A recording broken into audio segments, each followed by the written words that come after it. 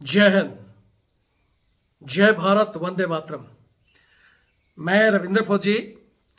साथियों, अभी एक वीडियो मेरे पास हमारे एक जवान ने भेजा है और उसने बोला कि सर क्या ये फौज का काम है। तो मैं चाहता हूं आप सबसे पहले मैं आपको वीडियो दिखाता हूं। हमारे फौजी भाई जो कि मजदूर लेबर का काम कर रहे हैं। तो सबसे पहले तो आप ये वीडियो देखें और वीडियो देखकर फिर आगे मैं दो चार पॉइंट जरूर बोलूंगा। यहाँ इतना जरूर कहना चाहूंगा कि इसमें दो चीज हो सकती हैं। या तो जो बजट आ रहा है मेंटेनेंस का या जो भी चीजें ये बनाई जा रही हैं उसका पैसा आ रहा है, या तो कमांडिंग अफसर खा रहा है या फिर सरकार बजट नहीं दे रही। तो पहले तो ये वीडियो देखें, फिर ये किस बटालियन का है, कौन कौन इसमें पैसा खा रहा है, उसका खुलासा मैं जरूर करूंगा। और आपको मैं एक चीज बता देता हूं, मेरे पास कुछ दिन पहले ही एक कॉन्ट्रैक्टर ने कुछ कमांडिंग अफसरों के नंबर भेजे थे। बोले सर इनसे बात करो, मेरा लगभग 45 लाख रुपए ऐसे अलग अलग इनके पास बकाया है और ये दे नहीं रहे हैं।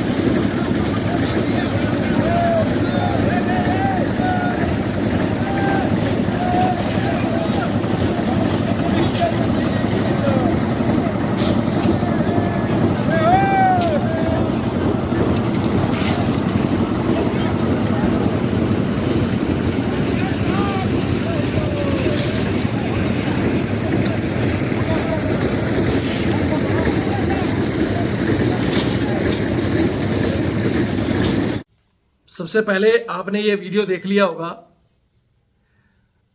अभी ये जवान जो लेबर का काम कर रहे हैं ये किस बटालियन के हैं, कौन सी फोर्स के हैं, ये सारी कहानी मैं आगे बता रहा हूं।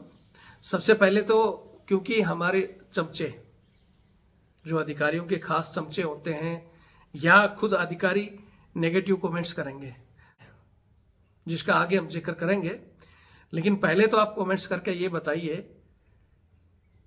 ये जो काम कराया जा रहा है क्या ये जवानों के करवाने योग्य है। हमारे बहुत से सिविलियन भाई भी यहाँ कमेंट्स कर देंगे जिनको पता ही नहीं है।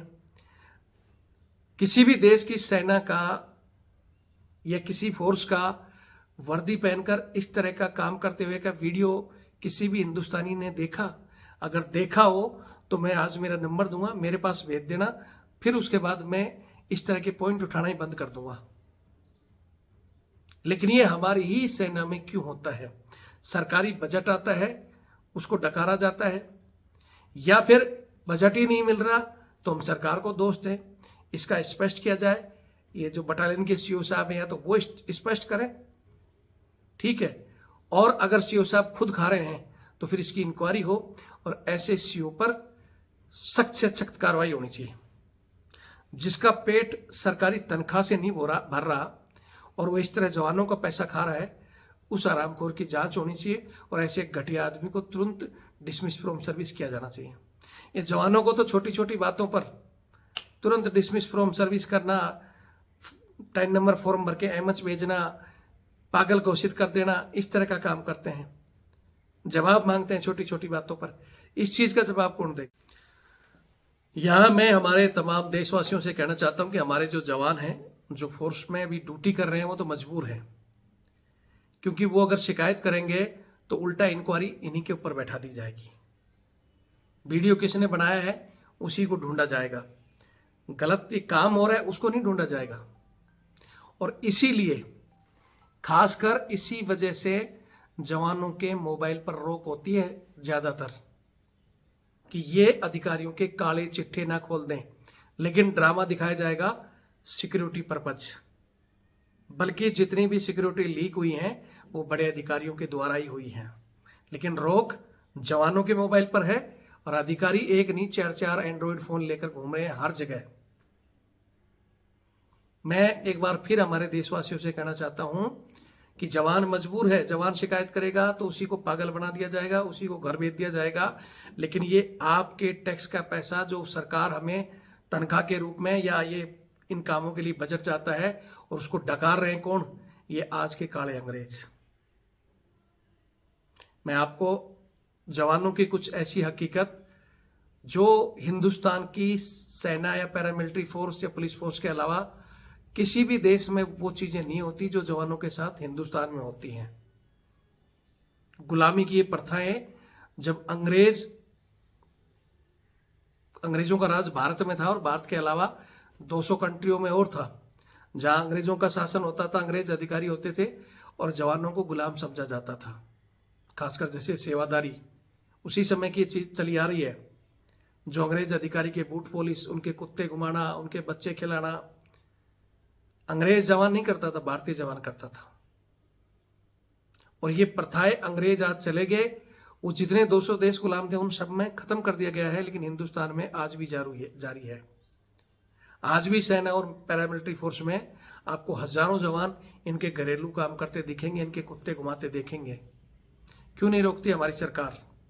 दोषी तो अफसर और सरकार दोनों हैं। चाहे बजट खा रहे हो वो दोनों मिलकर खाते हैं, और ये काम करवा रहे हैं तो भी दोनों का इसमें हाथ है। सरकार हमारी खुद संसद में कहती है हम इस बड्डी प्रथा को बंद नहीं करेंगे, क्योंकि अफसर इनको गुमराह करते हैं कि बड्डी बहुत इंपॉर्टेंट चीज है। अगर बड्डी इंपॉर्टेंट है तो क्यों नहीं बड़े अधिकारियों के, जो भी जनरल हैं, ब्रिगेडियर हैं, या इनके पैरामिलिट्री के डीजी वगैरह हैं, उनमें इन्हीं के जो नए लेफ्टिनेंट भर्ती होते हैं, कैप्टन होते हैं, या नए जो आईपीएस है, आईएएस है, उसको लगाओ ना उनका बड्डी। अगर दोस्ती रखना तो उनका रखो, जवान जवान करेगा, जैसे करेगा। लेकिन नहीं, जवान बड्डी रहेगा। क्यों? क्योंकि इनके घरों में दूध कौन लेके आएगा? लेफ्टिनेंट थोड़ी लाएगा। इनके बूट पॉलिश कौन करेगा? इनके बच्चों के स्कूल कौन छोड़ेगा? इनके टॉयलेट साफ, इनके अंडरगारमेंट्स तक धोने के लिए जवानों को लगाया जाता है। जो मना कर देते हैं, रूल 63 ऑर्डर डिसोबे पनिशमेंट, 1 नहीं 2 नहीं 4 पनिशमेंट करी, बार बार मना किया तो घर भेज देंगे, कोई पूछने वाला ही नहीं है। तो कब खत्म होगी ये गुलामी? मैं हमारे देशवासियों से कहना चाहता हूं, अगर आपको सही लगे तो वीडियो को ज़्यादा से ज़्यादा शेयर करें। और ये मैंने चैनल सिर्फ और सिर्फ इसीलिए बनाया है। मैं कभी नहीं मांगता कि मेरे जवानों का आप ये कर दो, वो बढ़ा दो। मैं मेरे जवानों के सम्मान के लिए लड़ता हूं, और जवानों को भी जगाने की कोशिश कर रहा हूं कि आप में भी जिस दिन 1000 रविंद्र फौजी पैदा हो गए ना, उस दिन ये सिस्टम खत्म हो जाएगा। भगत सिंह आपको बनना पड़ेगा, और हम बढ़ा रहे हैं 1000 भगत सिंह, 1000 रविंद्र फौजी। जो मैं फिर कह रहा हूं, जो बनना चाहता है कि हाँ मैं भगत सिंह बनने के लिए तैयार हूं, रविंद्र फौजी बनने के लिए तैयार हूं, वही आदमी चैनल से जुड़े, ठीक है। और फिर कह रहा हूं कि सिस्टम को हम कोर्ट के द्वारा भी ऐसे लोगों को कोर्ट में घसीट सकते हैं, और भी बहुत से तरीके हैं हाईलाइट करने के। लेकिन जब हम आप लोगों को कहते हैं कि भैया तन मन धन से चैनल की मदद करो, तो बहुत से साथी हमारे यहीं वीडियो छोड़ देते हैं। रविंद्र फौजी भी एक जवान है, वो लड़ रहा है, वो पैदा कर रहा है आप लोगों के अंदर की ताकत। मुझे भी पता है, अंदर रहकर पानी में रहकर मगरमच्छ से बैर नहीं हो सकता। लेकिन रिटायर होकर हम कहते हैं कि आओ लड़ो, फिर हमें जी दूसरी नौकरी भी करनी है, तीसरी नौकरी भी करनी है, हमें अपने बच्चे भी पालने हैं, आप सबको चिंता है। लेकिन हमें देश की चिंता है, और उसमें भी हम आपसे साथ मांगते हैं, तो उसमें भी फिर नेगेटिव कमेंट्स करते हैं।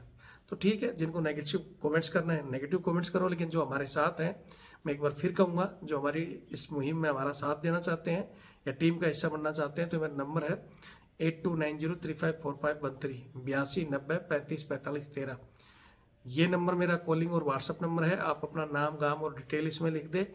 यही नंबर मेरा फोन पे और पेटीएम से जुड़ा हुआ है, ये मेरा बारकोड। क्योंकि किसी भी टीम को चलाने के लिए, चैनल को मजबूत करने के लिए, या किसी भी प्रकार से लड़ने के लिए, सब चीज पैसे की भी जरूरत होती है। अकेला रविंद्र फौजी कुछ नहीं कर सकता, लेकिन आप बोलते हैं ना, बूंद बूंद से घड़ा भरता है। अब सब महीने में 2 महीने में छोटी छोटी सहायता करोगे तो हम बड़ी लड़ाई लड़ सकते हैं। फिर कह रहा हूं, हम चुनौतियों से लड़ सकते हैं, लेकिन हमारी चुनौती है रोज कमेंट्स लिखते हैं। वीडियो में एक भी कमेंट्स लिखेंगे नहीं कि ये काम जो कराया जा रहा है सही है या गलत है, इसके बारे में नहीं बोलेंगे, ना ही कोई अच्छा सुझाव देंगे। बस रविंद्र फौजी ये कर रहा है, रविंद्र फौजी भी आकर दूसरी नौकरी पकड़ कर चुपचाप सो जाएगा। अब कोई सेवादारी करा रहा है क्या मेरे से? रविंद्र फौजी तो अपने आप में ना ही तो कोई सेवादारी करा सकता, ना ही किसी की बाहर या अंदर हिम्मत है कि रविंद्र फौजी से कोई पंगा ले। ठीक है, लेकिन मैं लड़ रहा हूं कि अकेले से कुछ नहीं होगा, लेकिन हम मिलकर चलेंगे, संगठित रहकर इन चीजों को खत्म कर सकते हैं। मैं फिर कह रहा हूं, कुछ नहीं कर सकते तो चैनल से लोगों को जोड़ो, वीडियो को शेयर करो। और फिर कह रहा हूं कि ऐसा ये जो वीडियो आया है, इसी तरह एक कॉन्ट्रैक्टर ने मेरे को फोन किया था, हालांकि वो इससे रिलेटेड नहीं है। उसने मेरे को 10 सीओ के नंबर दिए हैं, उस कॉन्ट्रैक्टर के खाते से उनके खातों में पैसे गए हुए हैं।